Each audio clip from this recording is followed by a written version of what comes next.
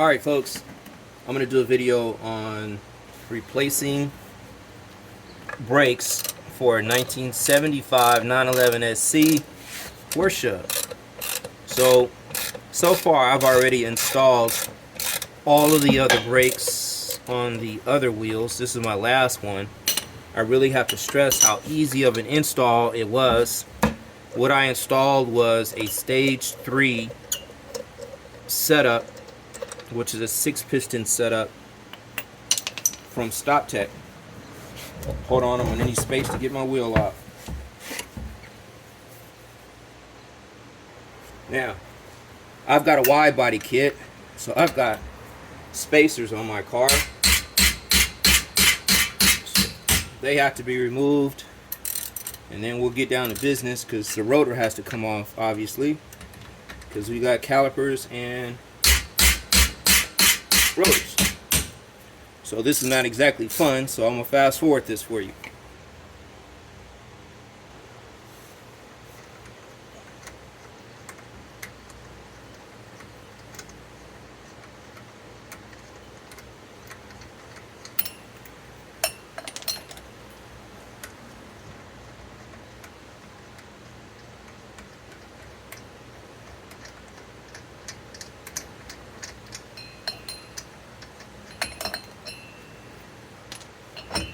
Wait, John, there's more.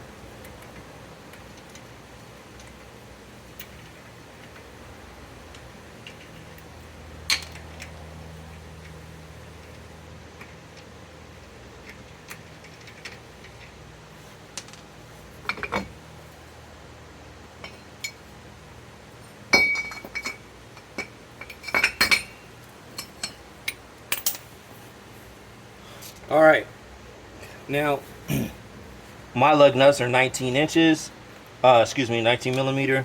So you're going to need that same 19 millimeter to take off the 2 bolts behind the caliper. And that basically allows you to have access to your brake lines and whatnot. So before you take your rotor off, there's two flathead screws that you have to take off. These can kind of be of a pain, like these are. Hold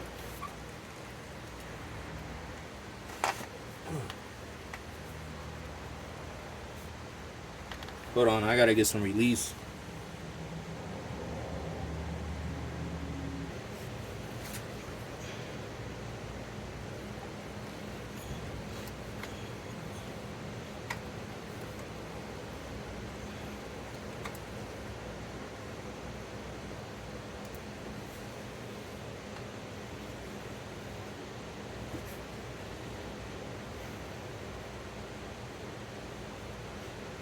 Okay, so this top one has a little attitude, and some of those things you run into with an older car. However, these brakes are brand new though. Only got like maybe, I don't know, 100 miles on them. Because obviously slotted and drilled rotors are not stock. So, and there's no grooves or anything like that in them, other than the bedding that the brake pads create on their own when you first ride them. There we go. But these are brand new and they're great for what they were. And then these are the higher end SC calipers that Porsche had for this year. So right now I got to go release the emergency brake. Otherwise, the rotor won't slip off once we take the caliper off. So again, this install is really, really easy. I've been into it obviously, what, 5-10 minutes, whatever, enough to take my spacers off or whatever. But for those of you that are racing, looking to do autocross, whatever it is, I'm going to be a Canyon guy. So I built my car. I got a built motor. You can see underneath I got twin plug, 3-liter engine with big turbo and whatnot. So I'm ready to go at this point.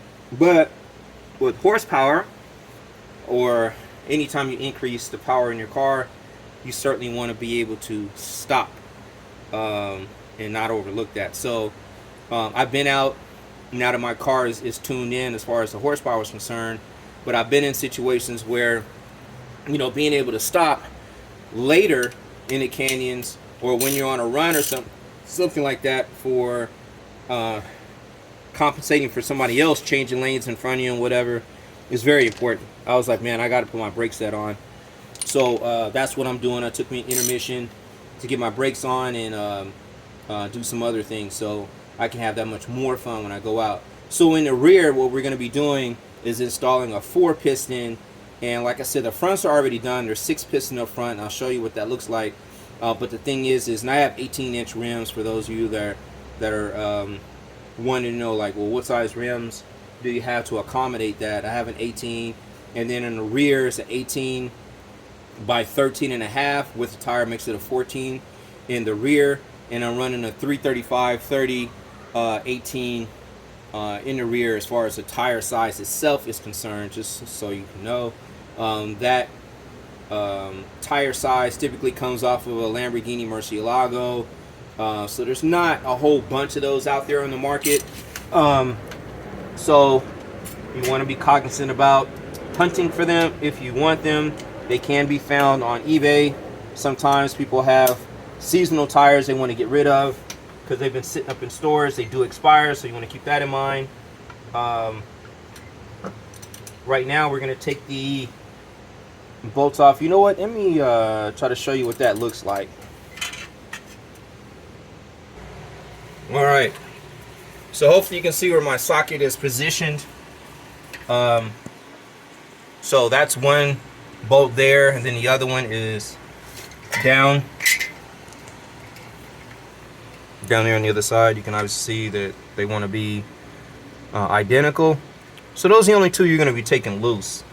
Unlike the front, if I can highlight now, unlike the front, what I noticed with the brake lines, you're going to be taking the brake line from the caliper off, not after the caliper, not from the brake line on the other side that goes over underneath the car. You're going to be taking it directly off of the caliper itself to attach to the brake line that they gave you for the fitment in to match up.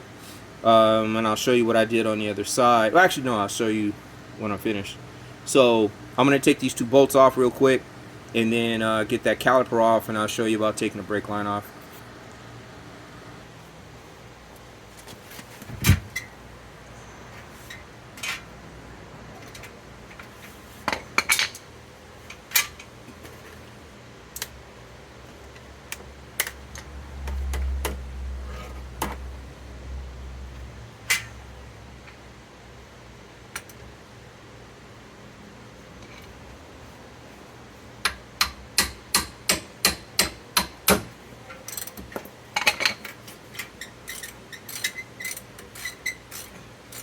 Now I notice the top one has a little bit more accessibility for a socket. You might need a 19-inch wrench to get the bottom one off. It was a little easier. It takes a little bit longer to come off, but the challenge is the socket does not want to fit on that second one. And I don't believe, yeah, I didn't bring my gonna bring my wrench on this side, one sec. So I have a long wrench like so, and I've stuck it underneath, and I'm literally undoing the screw now. I'm holding it with my hand or fingers on the other side so I can put it back on. You'll be able to feel it. Another thing too, there's a little brake pad, disc shield or whatever. That's gonna have to go away. I mean, you can cut it down to fit. I know in the front I was still able to keep mine. This one I know is tattered and I had to replace it anyway, but the rotors are not gonna, the calipers are not gonna fit with the way they extend up and around everything. They won't slide down on the two supports that the bracket has. You gotta cut a clearance. So again, I still use them for the front. I still used it for the front, but for the back, I had to take it completely off.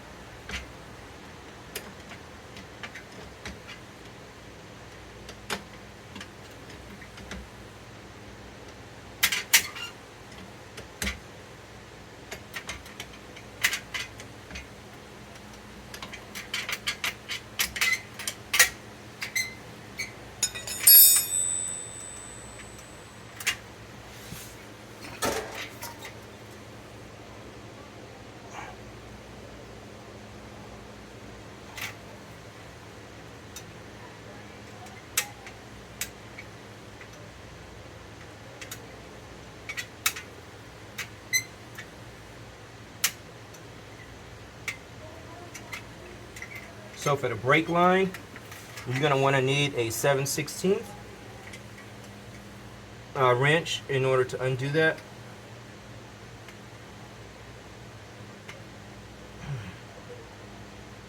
These bolts are pretty long, but it's loose enough for me to do it with my finger now.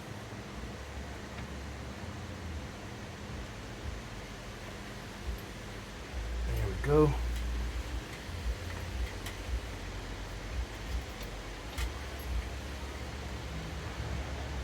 So this is going to slide right off. The only tension you're going to have on it is from the brake line itself. So that's off now. So now I'm going to go inside and release the emergency brake, because the pressure that is released in order to stop it is what's going to keep that from coming off. Okay, so this is what we're installing today. So this is going to be your rotor. Obviously, everything is brand new. It's our brake pads. This is the bracket that's going to go on here. Now, when you get your kit, the nuances is this: they're going to look identical, but one side is a little bit more flat than the other. So you want to make sure that this side, I don't know if you can tell, but this breaks away and starts to be a hump on this side sooner than it does on this side. And if that's the case, then your brake caliper will not fit on quite right. And when you have your brake pads in there, you'll think that maybe your brake pads are extended and you'll want to put more pressure or something like that to make them recess back, but that's not the case. This bracket might have to just be switched around like that in order for it to go on. But when you put it on the spindle, you'll be able to see if it fits flush, or if there's like a little gap between here and the actual car, and you'll know if you have it right or not. So just be cognizant of that one side is a little bit more flat than the other, because they will look identical. Also make sure, and there's instructions along with these, there's a little tab that comes with each one of these that says make sure that you torque these bolts down to 30 pounds. So make sure you have a torque wrench, which is what we have right there, and you're torquing this down to 30 pounds, so that way you're in compliance with what they want. This is going to be our brand new steel braided brake line that we're going to be putting on, and then This is our part number, and of course all the part numbers are here so you guys can understand what I'm using. So that's the part number for that, part number for the brake disc, and then also for the caliper itself. Read that. So this is our 4-piston caliper, and again this kit comes with a 4-piston in the rear and 6-piston in the front. Hold on, I can't do this with one hand. Alright, so we're back in the game. So obviously, you know, we're a big difference.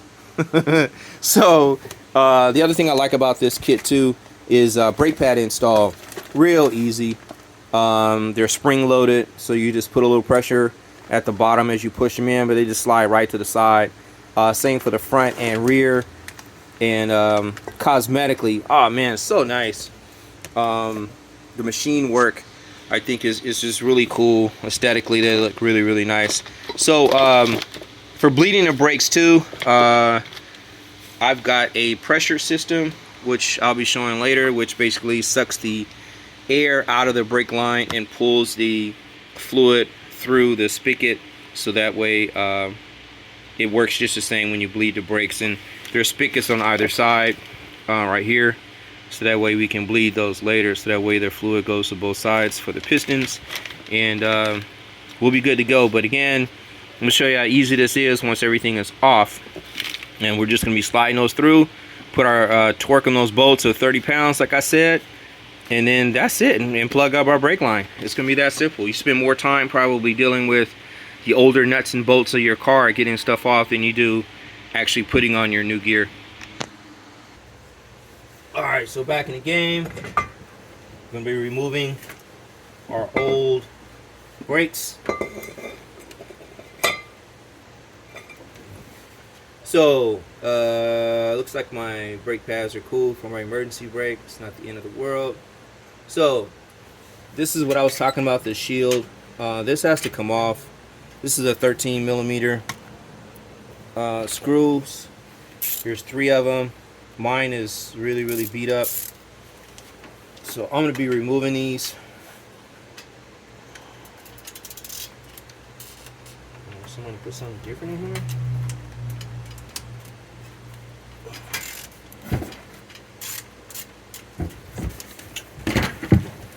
Yeah, my seat almost fell out from under me. I ended up on YouTube for a whole nother reason.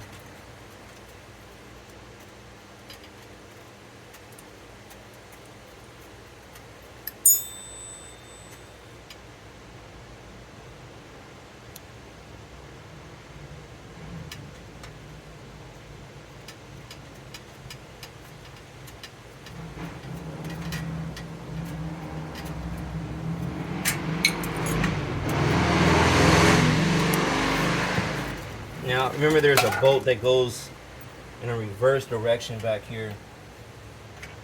It's kind of tricky to get to. Again, like I said, mine is all tattered. Like, that's already broken loose. So the other screw would have been back here,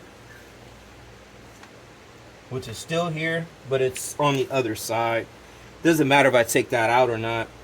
That it's in place is not going to be restrictive. But up here, like I said, this would have been restricted for the new calipers that's going to sit here. So again, on the front, I cut this away, so I still have protection for the rotor itself. However, we're going with bigger rotors, so it doesn't matter if that's probably there. You probably have to get some new ones or make something probably anyway, because these rotors are significantly larger than your stock, obviously. So to give you an idea of what that looks like, this is our difference, right? So it's not, your coverage is going to be probably limited anyway. I mean, but it still covers, don't get me wrong. Some coverage is probably better than no coverage, but at the end of the day, it's probably better to track down either a perfect fit or fabricate something, so that way you're in the game 100%. Alright, so our next step now is to you could either put your bracket on, or you can take the hat of the brake caliper off, which I think that's, well, yeah, let me go ahead and put my bracket on because I don't want to be dripping brake fluid if I don't have to. So remember, we want to make sure that our flat side is going to be the best side, right? So that goes here. If you do it reverse, like I said, you'll have a little gap because that little notch right there will push your caliper away and it won't seat properly when your rotor's right here. Like I said, it'll be off just that little bit. You'll be trying to bang it. Don't do it. Check to see if this bracket is flush with this bracket here, so that way everything goes on cool. And I can't stress enough how their instructions stress enough to when you bolt everything on, that you torque that down to 30 pounds.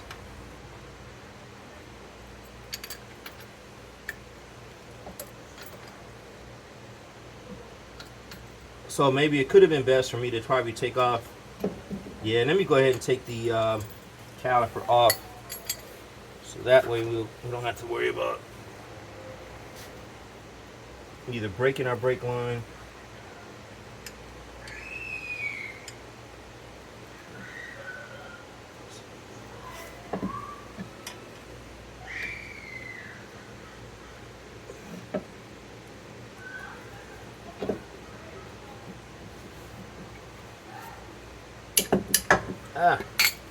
Sometimes you can. Oh, we're not. Oh, it's not happy with me. Oh my God, that's on tight.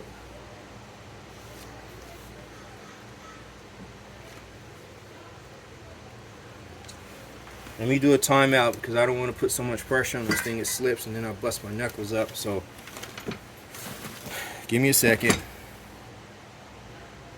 Oh man, I gotta tell you, that was kind of a problem, but got it loose. So what you don't want to do is, oh man,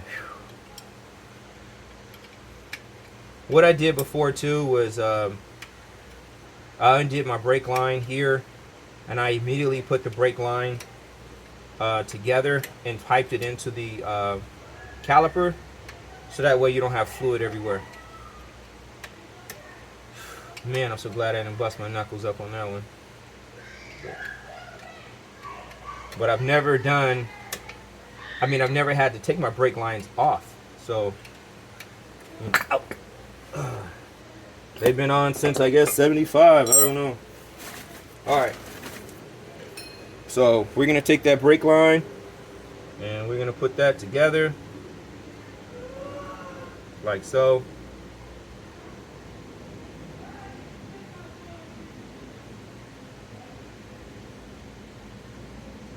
Because again, we don't want brake fluid everywhere. I don't have my pliers to tighten this up. Don't worry, fellas, I will. And we got our caliper because we're still bleeding brake fluid.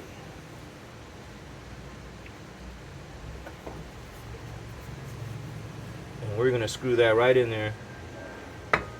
Like so.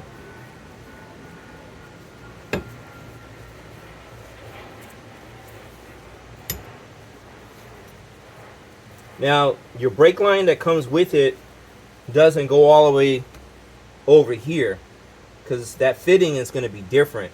So that's the reason why I was telling you to take the brake line from, well, it doesn't have to be so tight right now. I will be tightening this up later. It's only so it doesn't leak. So again, we're just going to be sliding them on like slow, or like so I should say. So right now, like I said, we don't have to worry about dripping brake fluid everywhere because we know that that's corrosive. So that's good. So now that our caliper is out of the way, it's about putting on our goodies. So remember I was telling you about the bracket. Find my screws. We're going to make sure we have the flat part, which is going to be this side that sits here.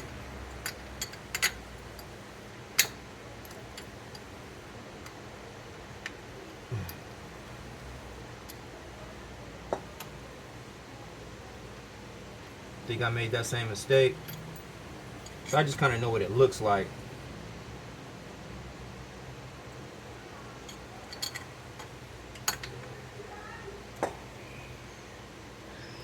Yeah, that's gonna be flat. So you want to clear that little hump from that notch, because if you don't, like I said, it's not gonna seat properly. Another screw. The screws will still go in and everything, but it ain't gonna seat right.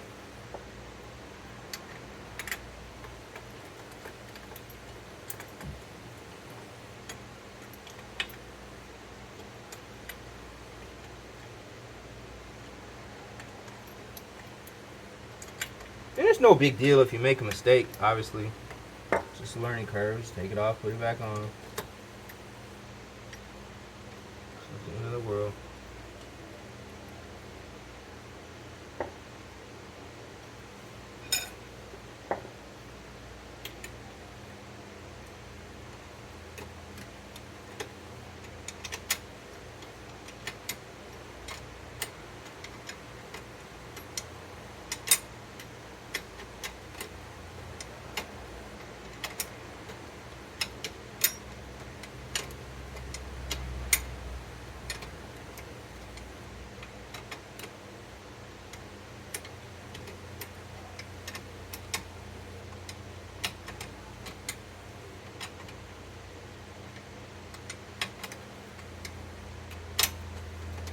Oh, sorry.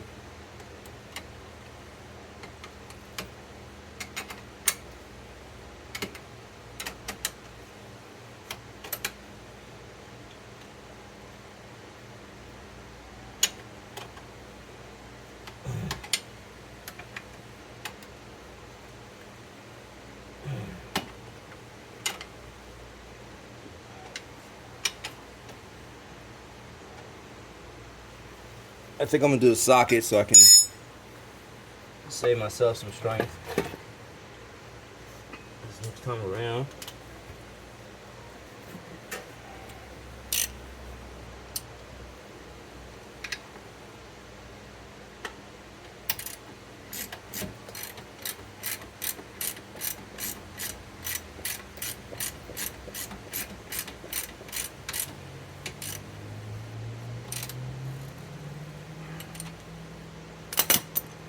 All right.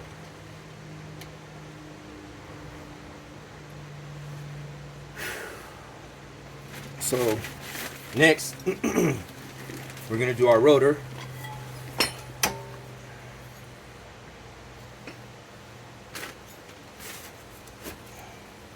So when you put your rotor on, you want to make sure that your screws on the rotor, your bolt patterns match up with the screw holes that are on the hub. So, because we want to put those screws back in it that we took off initially. So now we know our screw hole match. So we'll put those back in.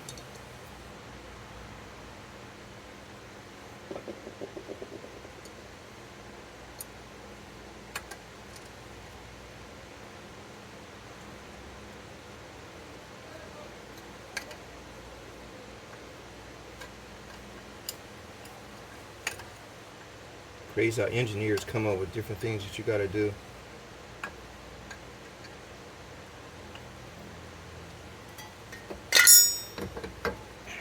I'll finish that in a second. I want to make sure that my caliper slides on like it's supposed to. So you got two washers that are going to go on the top underneath your bolts for this application over here.